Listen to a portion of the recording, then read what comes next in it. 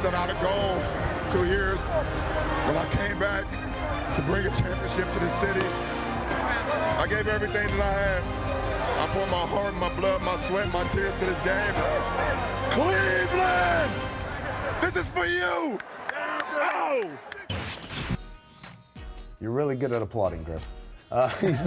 He spent 3 total years with LeBron in Cleveland, and LeBron has come out and said that he was not pulling the personnel strings behind the scenes. A lot of skeptics did not believe him, but you had this interesting quote in January saying, "You're basically charged with the legacy of Babe Ruth." Now, for his part, LeBron tweeted this after your departure, quote, "If no one appreciated you, Griff, I did, and hopefully all the people of Cleveland. Thanks for what you did for the team for 3 years. We got us one," and then there's a little trophy there. So let me ask you, Griff, what was the pressure like being the GM of LeBron James? So it wasn't about being the GM for LeBron. It was really about being the GM for the Cavaliers. I mean, it's a team that had a very clear goal set. Dan Gilbert likes to say nothing clarifies like clarity. We existed to win championships. And when LeBron is on your team, the perception is you're already in the finals. And if you're any good at what I do, you have to win. Right. And so 29 teams are going to fail every year to live up to that. That was difficult.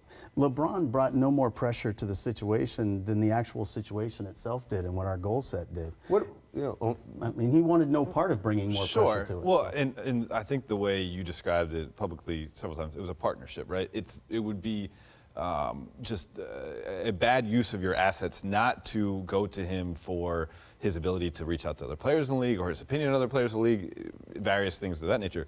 The parts where it became hard, I thought, viewing your job was like, we're in New Orleans last year after a loss, LeBron's frustrated, and rather than talk about the loss, he calls out the state of the franchise and says all these things about what I want to do with the roster, et cetera, and the general public takes that to be gospel as if it's just came into the air for the first time out of LeBron James' mouth, when really, you and him had spoken about that ad nauseum for months leading up to that point. There was a clear vision behind the scenes, but then people took LeBron's words as if that's the singular vision out of LeBron's mind when really it was a partnership.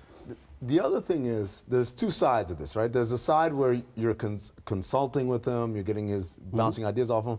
There's another side where you have to be sometimes the boss and you have to come down. What's that like?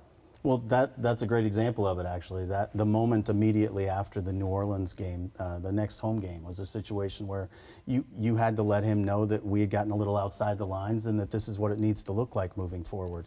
LeBron's a basketball savant, and you're not doing your job if you don't talk to him about players. You have to do that because he knows more than most of us do.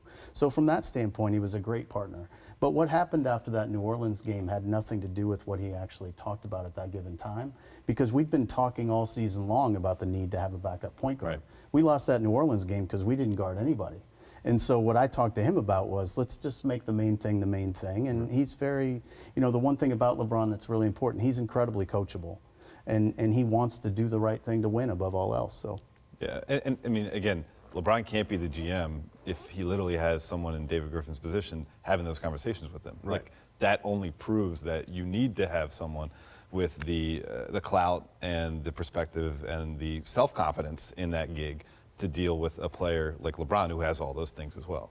Well, and he absolutely, to be clear, does not want to coach. He doesn't want to be the GM. This is a guy trying to win championships. Being a full-time MVP caliber player is a job in and of itself.